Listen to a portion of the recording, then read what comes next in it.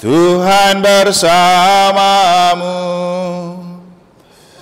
dan bersama rohmu. Inilah Injil suci menurut Yohanes. Dimuliakanlah Tuhan. Sekali peristiwa, orang-orang Yahudi mau melempari Yesus dengan batu. Tetapi kata Yesus kepada mereka, banyak pekerjaan baik yang berasal dari Bapa-Ku kuperlihatkan kepadamu. Manakah di antaranya yang menyebabkan kamu mau melempari aku dengan batu? Jawab orang-orang Yahudi itu, bukan karena suatu perbuatan baik maka kami mau melempari engkau, melainkan karena engkau menghujat Allah, dan karena engkau menyamakan dirimu dengan Allah, meskipun engkau hanya seorang manusia. Kata Yesus kepada mereka, tidakkah ada tertulis dalam kitab Tauratmu, aku telah berfirman, kamu adalah Allah? Padahal kitab suci tidak dapat dibatalkan. Maka jikalau mereka kepada siapa firman itu disampaikan disebut Allah, masihkah kamu berkata kepada Dia yang dikuduskan oleh Bapa dan yang telah diutusnya ke dalam dunia, engkau menghujat Allah? Karena aku telah berkata, aku anak Allah. Jika aku tidak melakukan pekerjaan-pekerjaan Bapa-Ku, janganlah kamu percaya kepadaku. Tetapi jikalau aku melakukannya dan kamu tidak mau percaya kepadaku, percayalah akan pekerjaan-pekerjaan itu, supaya kamu boleh mengetahui dan mengerti bahwa Bapa ada dalam aku dan aku di dalam Bapa. Sekali lagi mereka mencoba menangkap Yesus, tetapi ia luput dari tangan mereka. Kemudian Yesus pergi lagi ke seberang Yordan, ke tempat Yohanes dulu membaptis orang-orang. Lalu ia tinggal di situ. Banyak orang datang kepadanya dan berkata, Yohanes memang tidak membuat satu tanda pun, tetapi semua yang pernah dikatakan Yohanes tentang orang ini benar. Dan banyak orang di situ percaya kepadanya.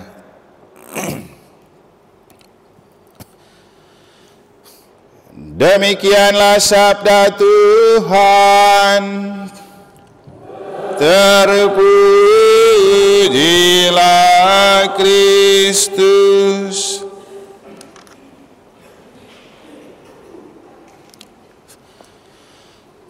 Ya Tuhan semesta alam yang menguji orang benar, yang melihat batin dan hati, biarlah aku melihat pembalasan-Mu terhadap mereka, sebab kepadamu-lah kuserahkan perkaraku.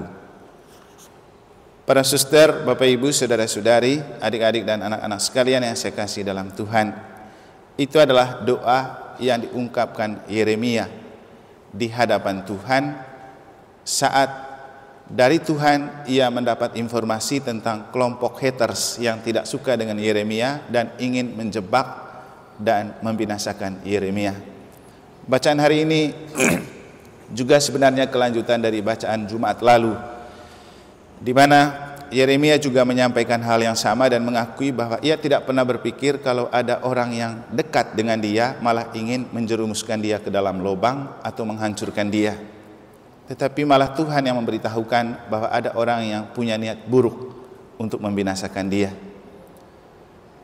Sepintas untuk kita, apa yang diungkapkan oleh Yeremia adalah bukti kebenaran iman. Orang yang benar-benar beriman akan dijaga oleh Tuhan, walaupun ada orang lain yang tidak suka dan ingin menjatuhkan. Maka perjuangan kita adalah berjuang untuk hidup benar sebagai anak Allah. Apa itu hidup benar sebagai anak Allah? Tidak sama berarti tidak bersalah dan tidak berdosa. Memang kalau mendefinisikan kebenaran itu selalu dibandingkan dan dibalikan dengan benar berarti tidak salah, Tidak benar berarti salah. Tapi dalam konteks hidup beriman, benar itu bukan soal salah atau tidak, tapi orang yang menaruh hidupnya ke dalam penyelenggaraan Allah, percaya kepada Tuhan, melihat hidup sebagai anugerah Allah. Maka orang yang benar dalam Tuhan tidak berdosa dan tidak bersalah.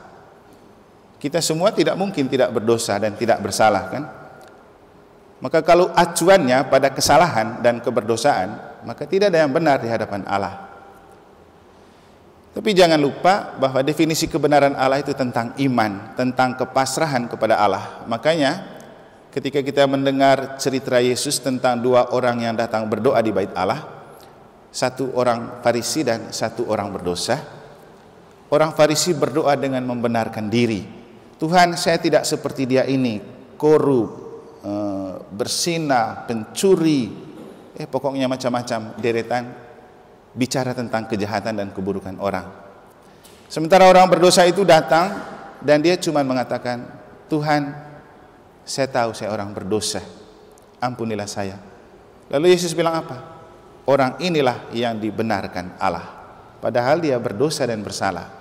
Jadi Bapak Ibu, paling penting untuk kita adalah bukan soal kita tidak berdosa dan tidak punya salah. Kita pasti punya dosa dan punya salah, tapi yang benar itu kita selalu menaruh harapan, kepercayaan kepada Allah. Kemarin waktu berikan rekoleksi di Tabanan, mereka meminta untuk memberikan penjelasan mengapa harus mengaku dosa dan apa pentingnya pengakuan dosa. Saya mengatakan bahwa kalau dalam pandangan moral tobat modern, bicara tentang pengakuan dosa atau yang disebut dengan sakramen tobat itu pertama dan utama bukan soal berapa banyak dosa yang kau lakukan, tapi merasa setelah berdosa perlu berbalik dan kembali kepada Allah, karena percaya bahwa Allah itu Maha Rahim, Maha Pengampun. Jadi kesadaran untuk kembali karena Allah itu Maha Rahim dan Maha Pengampun, itu yang terbesar dari pengakuan dosa. Jadi, namanya kan mengaku bahwa kita telah berdosa, maka kita perlu datang. Bukan soal berapa banyak dosa, seberat apanya dosa. Sehingga kadang-kadang kita berpikir kita takut mengaku dosa karena nanti ketahuan dosanya, mungkin lupa dosanya, atau kita sering jatuh dalam dosa yang sama. Bukan itu yang penting. Seperti yang sering saya bilang, tobat itu tidak sama dengan kapok.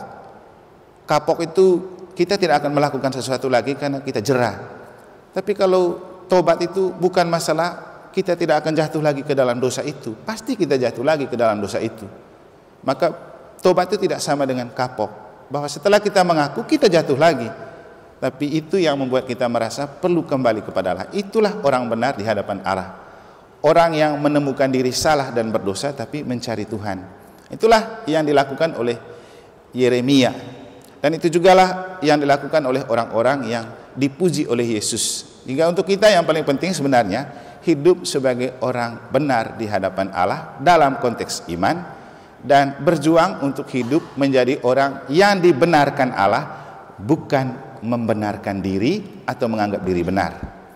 Jadi kita berjuang untuk hidup benar sebagai orang beriman dan hidup sebagai orang bersalah yang dibenarkan Allah, tapi jangan hidup sebagai orang yang membenarkan diri atau menganggap diri benar.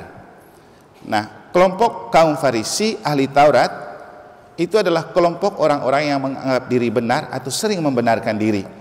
Bahkan dalam Injil kita menemukan mereka itu membenarkan diri dan mempersalahkan Yesus. Coba lihat, mereka mau melempari Yesus dengan batu. Yesus bilang, salah saya apa coba?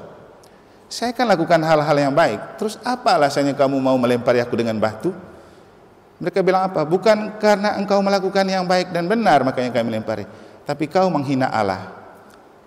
Mereka menganggap diri mereka lebih dekat dengan Allah, dan mereka merasa bahwa mereka bisa berbicara atas nama Allah, padahal yang benar itu Yesus ini yang diutus oleh Allah. Jadi coba kita bayangkan dari segi logika biasa, Yesus loh yang diutus oleh Allah, Allah yang mengutus Yesus saja tidak pernah mempersalahkan Yesus, tapi giliran orang yang tidak kenal Allah merasa bahwa Allah marah kalau Yesus menyelamatkan orang dan berbuat baik. Jadi Yesus bilang, saya itu melakukan pekerjaan yang dikehendaki Bapa. Dan saya melakukan apa yang diperintahkan Bapa. Sudahlah kalau kamu tidak percaya kepada saya, tapi percayalah akan pekerjaan-pekerjaan yang saya lakukan. Karena yang saya lakukan itu disuruh Bapa. Tapi mereka tidak mau terima. Mereka masih menganggap diri mereka itu lebih dekat dengan Allah dan mereka punya hak berbicara atas nama Allah. Mungkin konkretnya seperti begini. Kadang-kadang kita berpikir untuk orang yang diutus Allah, kita yang punya hak untuk mengatur. Harus sampai berapa tahun, nanti harus cepat pindah sudah. Bukan masalah itu. Tuhan belum rela, Tuhan belum mau, karena ini proyek kerajaan Allah. Sama dengan Yesus, walaupun mereka mau hendak mengenyahkan Yesus, membunuh Yesus, melempari Yesus dengan batu, bahkan melempari Yesus ke jurang, kan tidak bisa juga. Kenapa? Saatnya belum tiba. Kemudian Yesus sukses ditangkap, memanggul salib dan mati di salib, lagi-lagi bukan karena kesuksesan mereka, tapi karena memang Allah punya rencana seperti itu. Jadi waktunya ditentukan oleh Tuhan. Sampai dengan akhirnya di salib, Yesus tahu bahwa waktunya selesai. Maka di atas salib sebelum menghembuskan nafas, dia bilang apa? Sudah selesai. Dia tahu itu waktunya selesai. Lalu setelah selesai, dia menyerahkan nyawa kepada Bapa. Ya Bapa, ke dalam tanganmu kuserahkan nyawaku. Jadi hidup orang yang benar di hadapan Allah adalah hidup sesuai dengan rencana dan kehendak Allah, dan membiarkan hidup itu berjalan sesuai dengan apa yang Tuhan mau, bukan manusia mau. Orang boleh menilai kita apa saja, orang boleh mengatakan begini dan begitu. Masalahnya mereka bukan Tuhan. Tuhan punya rencana lain, Tuhan punya kehendak lain. Jadi paling penting untuk kita, entah sebagai utusan Allah, entah sebagai rekan kerja Allah, bekerjalah dengan percaya kepada penyelenggaraan Allah. Bekerjalah dengan benar-benar percaya bahwa Tuhan akan selalu menuntun kita di jalan yang benar dan baik. Bekerjalah dengan sebuah keyakinan bahwa kita berharga di mata Allah. Entah orang merasa tidak berharga, entah orang menilai tidak berharga, entah orang menilai kita harus dijebak, gak apa-apa. Kita tetap fokus pada Tuhan yang mengutus, pada Tuhan yang memberikan kepercayaan, karena Tuhan punya rencana tersendiri. Saya rasa Nabi Yeremia ini jugalah yang berbicara tentang rancanganku bukan rancanganmu, jalanmu bukan jalanku. Dan apa yang diungkapkan oleh Nabi Yeremia dalam bacaan pertama, bahwa segala perkara diserahkan kepada Tuhan, itu jugalah yang dilakukan oleh Santo Paulus ketika dia menulis surat kepada orang di Filipi dengan mengatakan, segala perkaraku kutanggungkan di dalam Dia yang menguatkan aku. Jadi paling penting terus berjalan dalam penyelenggaraan Allah, terus berjalan bersama Yesus. Saya selalu memberi pesan kepada orang, coba ingat perhentian ketiga, perhentian ke-9 jalan salib. Yesus jatuh ketiga kalinya, tapi dia bangkit lagi untuk melanjutkan perjalanan ke Kalvari. Kita sering jatuh ke dalam dosa yang sama, tapi Tuhan tidak pernah kapok mencintai kita. Tuhan tetap mencintai kita, Tuhan tetap menyayangi kita, Tuhan tetap membangunkan dan membangkitkan untuk kita berjalan bersama Tuhan. Semoga inspirasi kitab suci hari ini, juga jalan salib yang telah kita lalui, membuat kita makin menyatu dengan Yesus, menyerahkan segala perkara hidup kita kepada Yesus, dan kita seperti Yeremia dan Paulus percaya, segala perkaraku juga kutanggungkan di dalam Kristus yang menyelamatkan aku. Semoga Tuhan memberkati.